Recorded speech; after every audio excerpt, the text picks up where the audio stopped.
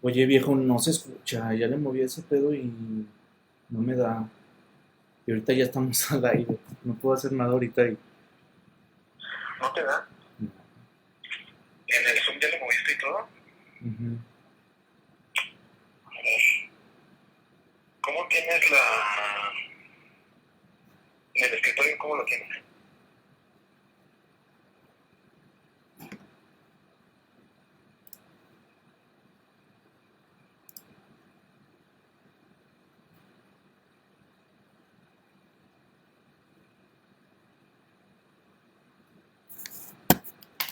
Ante los medios bidimensionales que nos ofrece el streaming y todo esto, donde vamos a poder contemplar los danzantes del alba. Y pues mira, no quisiera ahondar demasiado sobre algo que ha estado muy discutido, muy analizado, muy experimentado también, pero sí diría que en nuestro caso, una vez más, nos ha permitido repensar de nuevo en nuestro modo de producir.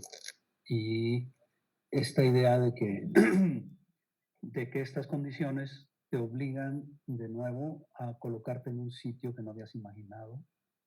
Sin duda es un algo inédito, no necesariamente definitivo, pienso, es decir,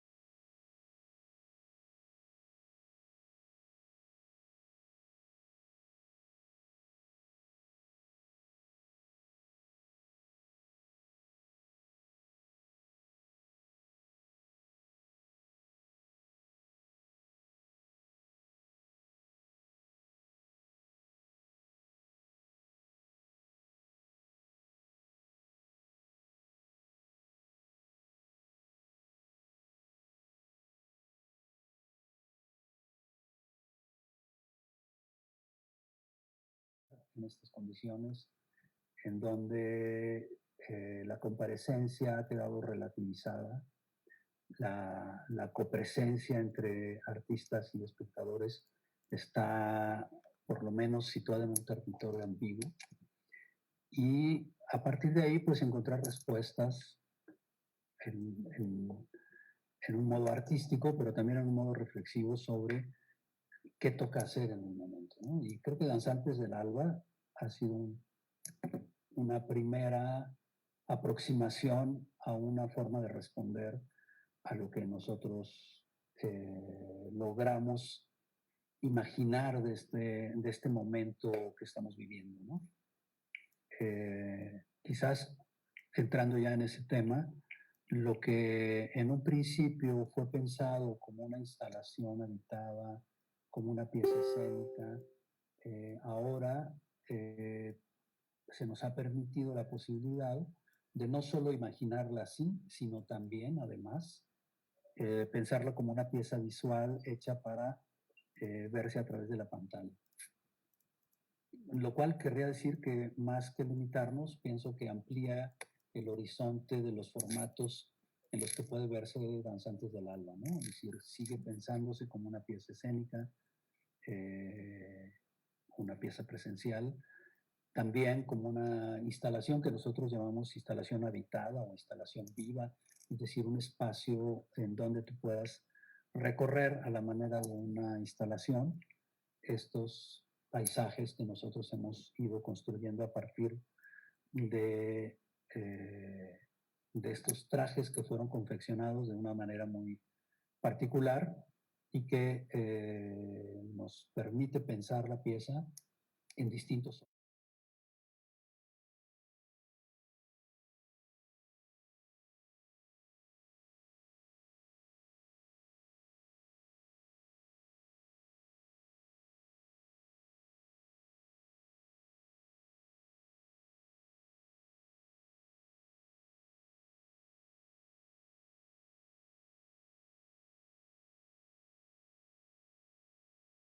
Del sitio de intervención donde se esté presentando. En ese sentido, mi estimado Jorge Arturo. Y Rodrigo Parrini les atribuye una pregunta, dice, Danzantes del Alba se pregunta cómo se relacionan las formas del gozo con las rutinas del trabajo, porque, bueno, muchos de los antecedentes o de los procesos de indagación o de investigación de esto tienen que ver con estas cuestiones pues del trabajo, las cuestiones de las condiciones del trabajador en nuestro país y en otros muchos en ese sentido, ¿no? Sin duda. Y aquí, dicho como para abrir ese tema, yo diría que hay una relación muy cercana entre la confección y el traje, ¿no? El traje de carnaval o el traje de las danzas tradicionales, que es este traje del loco de la danza. Es un traje que está hecho de retazos, es un traje que está cosido algunas veces a mano, pero que nosotros hemos decidido que ese proceso de confección, convertirlo en un espacio de investigación que nos acerca de alguna manera a la realidad de las maquilas, ¿no? Y estas formas industriales actuales de las relaciones de trabajo que hay en este modo capitalista, ¿no? Actual. Y lo que nosotros decidimos hacer para crear como espacios de diálogo y de tensión entre esta imagen del carnaval y la producción de la maquila fue buscar espacios de maquila particulares que además pudieran generar como pequeños relatos que decimos nosotros, un poco entre comillas diría yo y metafóricamente, que puedan adherirse a los trajes, ¿no? Es decir, por eso hablamos nosotros de que el traje es la prenda, pero también es todo lo que el traje arrastra, de cómo se confeccionó, de cuál fue su origen y cuál es el sentido, ahora sí que lo escénico o la exploración artística le va otorgando. Así es que gracias a Yanina Pelé, que es una artista visual, pero que ha estado muy interesada en trabajar en contextos, digamos, de trabajo comunitario. Ella nos acercó a distintas formas de maquila que van desde una cooperativa de mujeres que tiene 25 años trabajando en un espacio que ellas reconvirtieron de una ruina, de un edificio abandonado, lo reconvirtieron en una pequeña industria de producción, de confección, de maquila de ropa, ¿no? Y que ellas han sido como pilares de una comunidad muy protagónica desde los años 60 políticamente, que es Topilejo, la delegación de Tlalpan.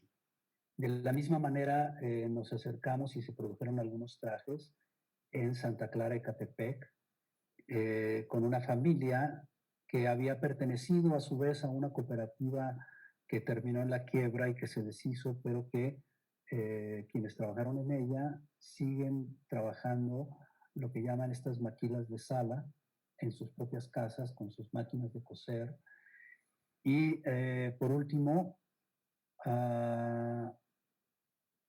una migrante hondureña que vive en Querétaro, que alguna vez pasó por las maquilas de San Pedro Sula y más tarde por las propias maquilas de Catepec, que ahora vive en el interior del país, también confeccionó esos trajes. Entonces, como que todo eso ha ido sumando marcas o especies de huellas de memoria en estos trajes y que nosotros consideramos que nos permite establecer un diálogo entre la noción de la máquina, de la maquila y la producción de las máquinas culturales que producen gozo y placer, ¿no?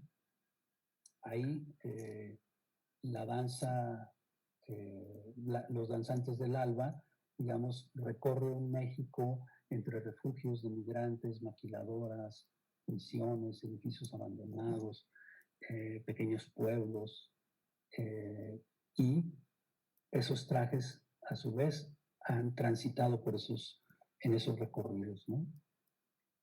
Para terminar en una danza que a su vez invoca materiales documentales, de registros de todos estos tránsitos, ¿no?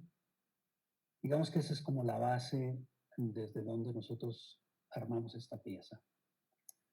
Y el resultado de los atuendos, del vestuario, creo que a la hora de disponerse visualmente, nos ofrecen mucho de eso que han ido recogiendo y además ofrece esta parte orgánica que mencionábamos, porque el desplegarse, el dejar que el movimiento dé forma al contorno de la figura del danzante, lo hace sumamente lúdico y nos hace reflexionar mucho sobre lo que mencionas, porque vas recogiendo o sacudiendo con el movimiento todo este proceso. Y en ese sentido, mi estimado Jorge Arturo, en este proceso de investigación, ¿qué piezas son claves para poder irlas sumando me imagino que vas decantando estos temas de investigación y vas seleccionando aquellos que vas contribuyendo? ¿Cuál es el proceso metodológico o cómo empezar a hacer este recorrido pues, geográfico para la pieza? Pues mira, nosotros desde hace tiempo que estamos como entretenidos o interesados en estas relaciones que hay entre aquello que conocemos como archivos, como documentos de la realidad, y los procesos de transformación en objetos artísticos. En este caso, lo que el laboratorio ha intentado hacer y las colaboraciones fundamentales con las que hemos ido tejiendo este proyecto, que son, por un lado, Rodrigo Parrini, que es un doctor antropólogo, etnógrafo, escritor, y Janina Pelé, que es la artista visual que ha hecho todo este trabajo de investigación en comunidades. Eso nos ha permitido como la recolección de una serie de materiales que han sido colocados en un proceso de transformación en, digamos, en hecho escénico, ¿no? En este caso también como en un hecho visual, ¿no? Porque los danzantes del alba, primero tendrá como la configuración de una pieza visual antes que una pieza escénica. Entonces, el traje es nuestro punto de partida, ¿no? Entonces, hemos hablado del traje como un traje sin cuerpo que por sí solo ya lleva o está cargado de un aura que está hecha de memoria y de experiencia, ¿no? Y por otro lado, este traje nos ha vinculado naturalmente con el carnaval, con las danzas tradicionales mexicanas y ha permitido que también establezcamos ese hilo de relación con las maquilas, ¿no? Con su hechura, con la manufactura de los trajes, con la migración, con los desplazamientos forzados, porque el origen de todo, y eso hay que decirlo, es la 72, que es un refugio para migrantes que está ubicado en Tenosique, Tabasco, en la frontera con Guatemala, y con ellos trabajamos en un proyecto que se llama Amarillo en la Ruta Migrante en el año 2016. Y en algún momento ellos nos pidieron que los apoyáramos, que los auxiliáramos con la organización de una comparsa para que este albergue de migrantes participara en el Carnaval de Tenosique, que es el carnaval tradicional del lugar y el evento más importante en el año ahí en Tenosique.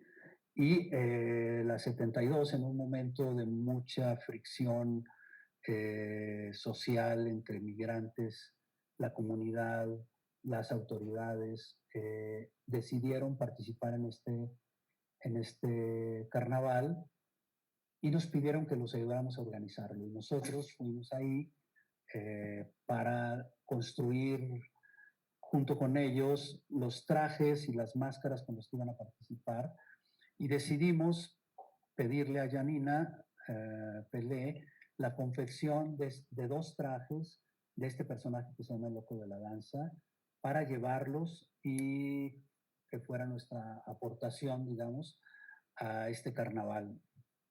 Y ahí ocurrieron 2 hechos. Uno, pues haber sido testigos de cómo esta comparsa de migrantes en el contexto de un carnaval, pues encontró una forma que legitimaba su presencia y les permitía ser hipervisibles, que les permitía desfilar de manera muy señalada y evidente frente a una ciudad que básicamente lo rechazaba. Y el segundo acontecimiento que nos pareció importante es que en un momento del desfile, que es un desfile que atraviesa todo Tenosique, las calles principales, de pronto alguien registra el instante en que estos migrantes disfrazados con harapos, vestidos encontrados, ropas de la bodega de la 72, de pronto cruzan frente al estrado donde estaban las autoridades estatales o locales, incluso las autoridades migratorias, en fin, todo este aparato de funcionarios del Estado, y ellos desfilan frente al podio y legitimados en el contexto del carnaval, ¿no? Estos migrantes que habían sido perseguidos, excluidos, considerados ilegales, fueron consentidos y aplaudidos por el propio Estado, ¿no? Entonces nosotros pensamos que ahí había un gesto que era importante rescatar, ¿no? Y eso ocurrió en 2016, hace casi 5 años, pero nos pareció que estos trajes permitían crear esos espacios de excepción y así es que decidimos construir 40 trajes y que la confección de los trajes fuera parte del proceso que permitía, insisto, que estos trajes se fueran cargando de la experiencia y la memoria de su propio proceso, ¿no? Creo que mencionas varios puntos que son muy importantes. Por un lado, el tema de la 72, entiendo este refugio para migrantes en la zona fronteriza. Y por el otro, este proceso de estar buscando en sistemas o en temas como este, eh, aspectos que sean dignos de rescatar, de destacar y de señalar. Creo que una de las funciones imperativas en el arte, sobre todo en el arte actual, tiene que ver con el comunicar, el persuadir, y que eso que comunicas y que persuades esté estrechamente relacionado con temas que tienen que ver con el interés de todos, ¿no? En este caso, hablando de la migración. ¿Por qué crees tú que esto que menciono y que, bueno, no sé si estés de acuerdo y lo compartas, ¿por qué crees que necesitamos indagar, relacionar estas formas estéticas gozosas con las rutinas sociales, políticas, laborales? ¿Por qué lo necesitamos destacar? ¿Cuál es el sentido de que las destaquemos desde estas trincheras? Bueno, mira, estoy de acuerdo y creo que desde el terreno de lo artístico, pues el interés surge, desde mi punto de vista, como de estas circunstancias que provocan como colisión de sentidos, como paradojas sociales, y fuerzas de tensión que producen pensamiento y que nos interrogan más que darnos respuesta, ¿no? Sobre estas realidades. Y digamos que el carnaval, desde desde la reflexión, pensado el carnaval como el mundo al revés, como estas formas, pues, del carnaval donde digamos que los límites de lo moral, de lo ético se borran y lo que era negro tiene permiso de volverse blanco y que no deja de ser el propio carnaval como una forma de desorden que le conviene al orden para restablecer una vez que termina el carnaval las mismas leyes que regían antes de este espacio de excepción que es el carnaval, ¿no? Entonces creo que ahí hay todo un espacio donde lo que parece simple se vuelve complejo porque de cierta manera, ¿no? Se involucran estratos sociales, jerarquías, edades, legislaciones, paradigmas culturales, ¿no? De lo que significa lo bueno, lo malo. Así es que nosotros nos ubicamos en ese espacio donde hay una colisión de sentidos entre la idea de carnaval, por ejemplo, y las estructuras de la maquila, que son formas, pues, como de las formas más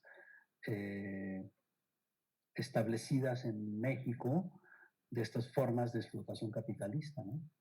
Y que siempre será importante encontrar formas imaginativas o nuevas lógicas para poner a dialogar estos espacios aparentemente irreconciliables, ¿no?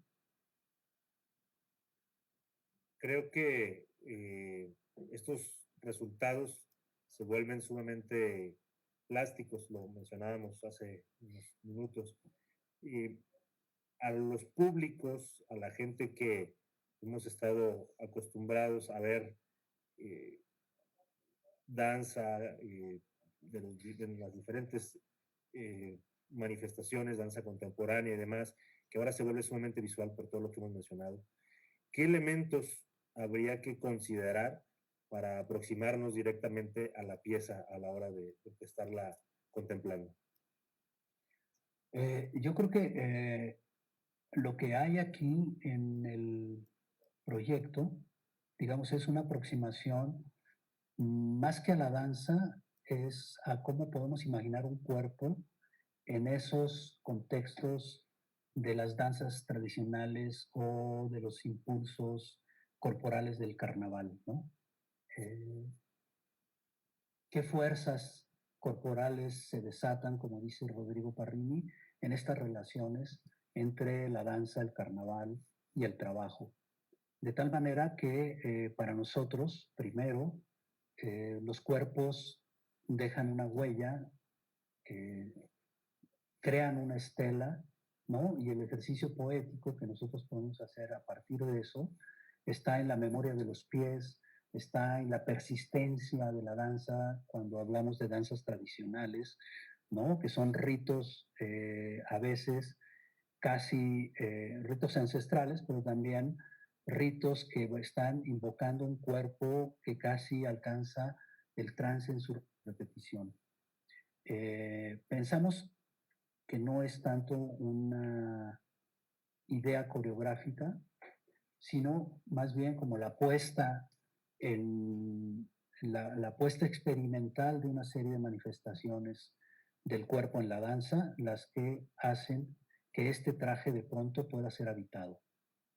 Y claro que los intérpretes que nos acompañan en este proyecto, pues son gente que proviene mucho, no necesariamente de la danza, pero el contexto de exploración en el que les proponemos sería que más que crear espacios coreográficos, ¿no? Lo que estaríamos intentando son como invocar flujos y energías que tienen que ver con la memoria del cuerpo, pero también con la conexión que hace la memoria con la, la máquina de trabajo o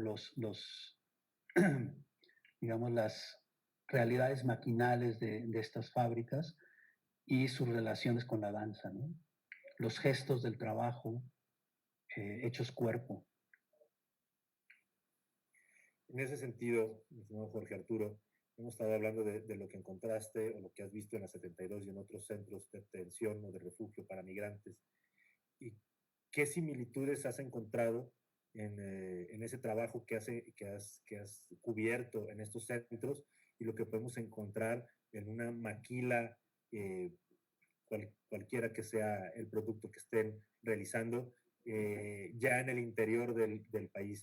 Porque este proceso ha ido no nada más en el tema migrantes, sino que quizá es una de sus principales vocaciones. También tiene que ver con el tema de explotación al trabajador y este tipo de situaciones que cómo combinan, o cómo chocan, o cómo se conjuntan estos dos aspectos. Yo trataría como de dirigir la mirada más que a un panorama general hacia lo que nosotros hemos ido buscando en distintos proyectos y en este en particular, que es cómo encontrar nosotros gestos de vida en contextos de violencia o en ciertos contextos de pues las manifestaciones más ominosas del trabajo, de la explotación, etcétera. Y nosotros decidimos elegir ciertos lugares y personas que nos permitieran imaginar no solo la explotación indiferenciada de la maquila, sino como ciertas formas de resistencia y de autonomía en esas realidades.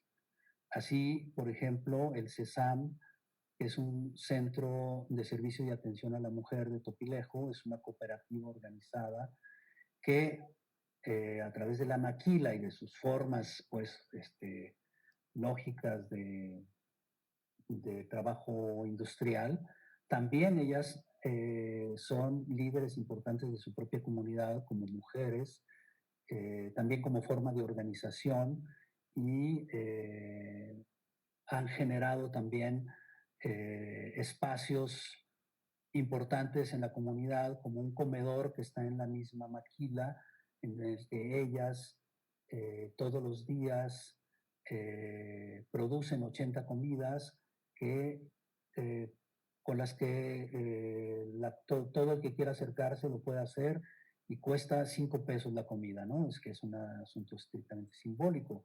Entonces hay un excedente del trabajo obligatorio que ellas hacen que nos permite ver como precisamente como desenajenación de aquella maquinaria ciega que es la maquila, ¿no?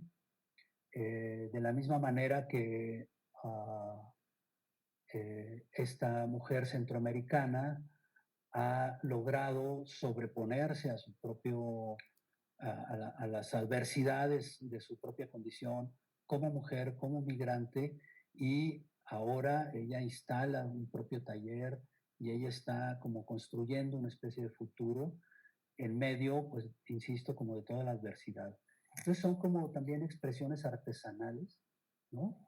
Que imagino yo que también eh, crean una especie de fuerza de oposición o de resistencia a esta inercia de las maquilas en donde los horarios de trabajo son aquellos que están fijos y tú no puedes salir de ahí, y que es como una especie también de devoradora de trabajadores, porque pues estás en la máquina mientras seas útil, ¿no? Y las maquilas de la ropa pues también desgastan un cuerpo. Y aquí creo que hay como una forma más humana de acercarse a ese fenómeno. Claro, creo que nos has dado un panorama muy puntual de lo general a lo particular sobre lo que podemos ver de esta pieza. Me gustaría cerrar, mi estimado Jorge Arturo, con algo más que tú quisieras abonar al proyecto, algo que se quede para que podamos pues, terminar como reflexión. Pues mira, siempre pensar que el teatro es un hecho colectivo y que realmente es difícil mesurar el trabajo colaborativo que hay al interior de una pieza y de un proyecto así. Y yo sí quiero pensar que toda la gente que ha estado involucrada ha sido fundamental, que es mucha, mucha en este proyecto, para la realización final de Danzantes del Alba, ¿no? Mencionaré algunos, otros los pueden buscar la propia página del FIC, ahí está toda la relación de colaboraciones que son importantes, pero algunas sin las cuales nosotros no hubiéramos podido hacer este proyecto, ¿no? SAC-B Producciones, que es una productora independiente de documentales que ha sido muy importante en generar proyectos que tienen que ver con lo social y en específico con las realidades migrantes del país. Janina Pelé, que ya le he mencionado, que ella dirigió toda la investigación del contexto, trabajó en la elaboración de los trajes directamente en las comunidades donde trabajamos. Y detrás de ella, o junto con ella, o delante de ella, está este centro en Aquila, que es el espacio de servicios comunitarios de mujeres en Topilejo, que también está el taller Rescate de Santa Clara, Ecatepec, que ellos también elaboraron los trajes, Santa María, que es la persona migrante que nos ayuda a confeccionar otros trajes, y en Tenosique, que fue el origen del proyecto, el Club Amazonas Gay, que es un colectivo de activistas que también ellos se dedicaron a confeccionar otros trajes para el proyecto, ¿no?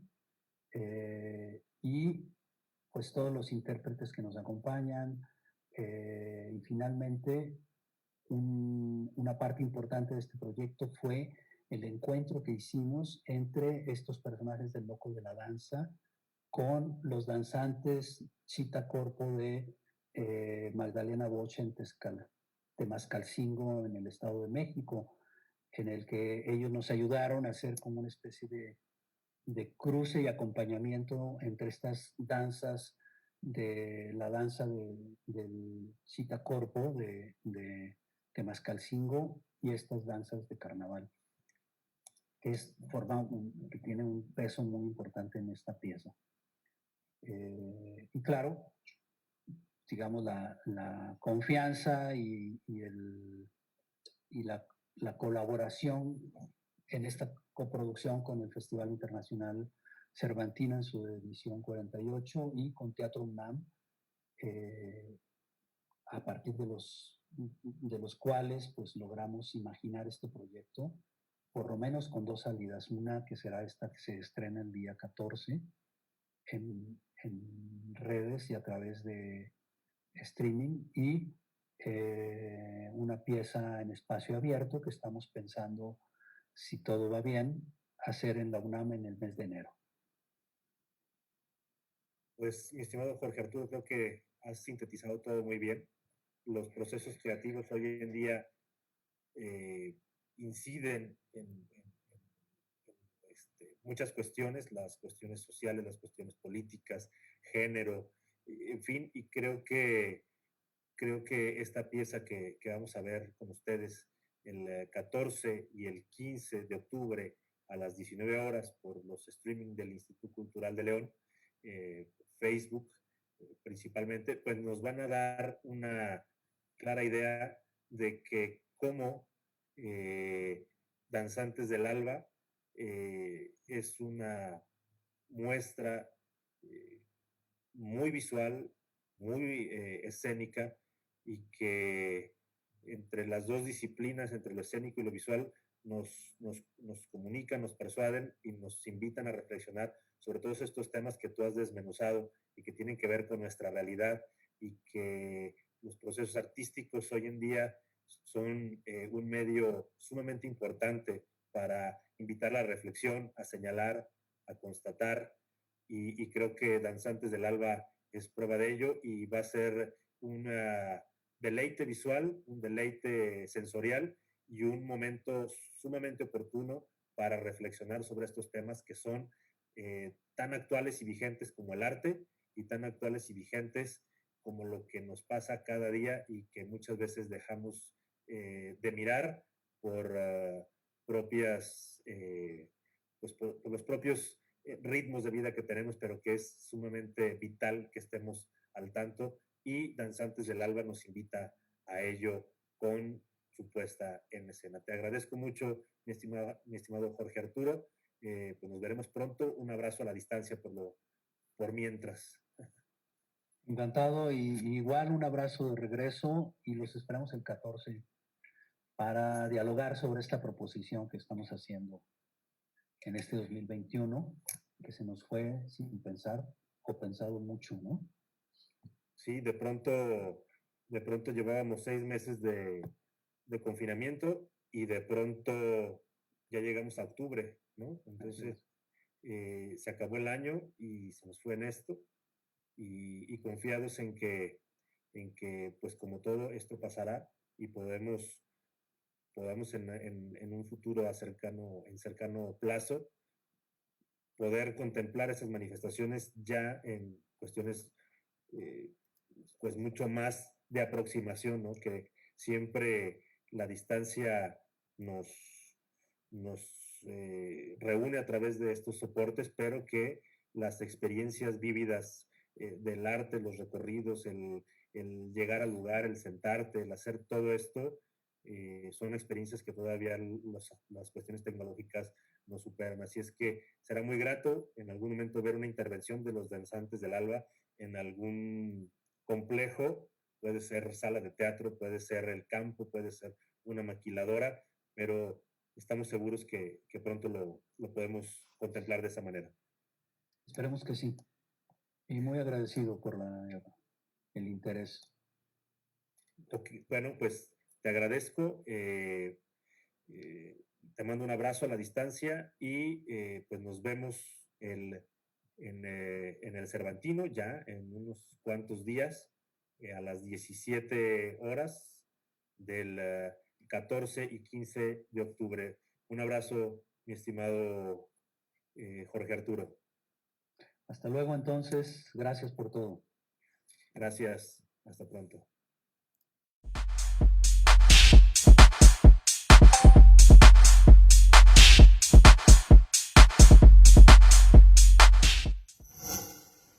Gobierno de México.